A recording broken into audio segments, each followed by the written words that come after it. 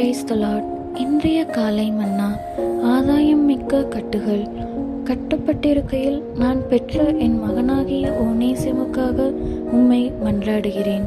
முன்னே அவன் உமக்கு பிரயோஜனமில்லாதவன், இப்பொழுதோ உமக்கும் எனக்கும் பிரயோஜனமுள்ளவன். பிலேமோன் 10:11. அப்போஸ்தலனாகிய பவுல் ரோமாபுரியில் ஒரு சிறை கைதியாக இருந்தார். பிலேமோன் என்பவரின் அடிமையாயிருந்த ஓனேசிமு தனது எஜமானனை கொள்ளையாடிவிட்டு தப்பிக்கொள்ளும்படி ரோமாபுரிக்கு ஓடினபோது அங்கே பிடிக்கப்பட்டு அப்போஸ்தலனாகிய பவுல் அடைக்கப்பட்டிருந்த அதே சிறையில் அடைக்கப்பட்டான் என்று நம்பப்படுகிறது.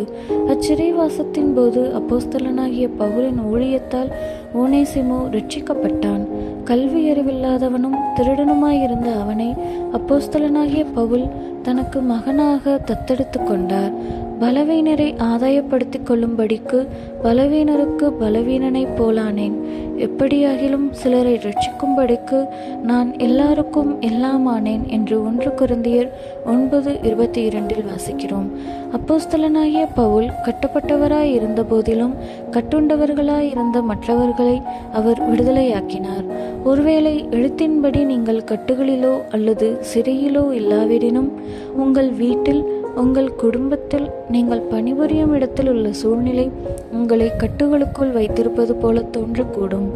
அப்போஸ்தலனாகிய பவுலுக்கு அனுமதிக்கப்பட்டிருந்தது போல நீங்கள் பலருக்கும் மெய்யான விடுதலையை கொண்டு வரும்படியாக உங்கள் கட்டுகளை தேவன் அனுமதித்திருக்கலாம்.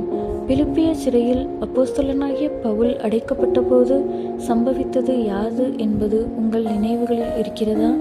அப்போஸ்தலர் 16:22-33 வரை இதை குறித்து நாம் வாசிக்கிறோம். உங்கள் சிறை அதிகாரியும் கூட ரட்சிக்கப்படக்கூடும். ஓனேசிமு என்பதின் அர்த்தம் பிரயோஜனமானது என்பதாகும். ஒரு காலத்தில் அவன் பிரயோஜனமற்ற வேலைக்காரனாயிருந்தான். ஆனால் இப்போது அவன் ரட்சிக்கப்பட்டு விட்டதால் அப்போஸ்தலனாகிய பவுலுக்கும் அவனது எஜமானுக்கும் பிரயோஜனமானவனானான்.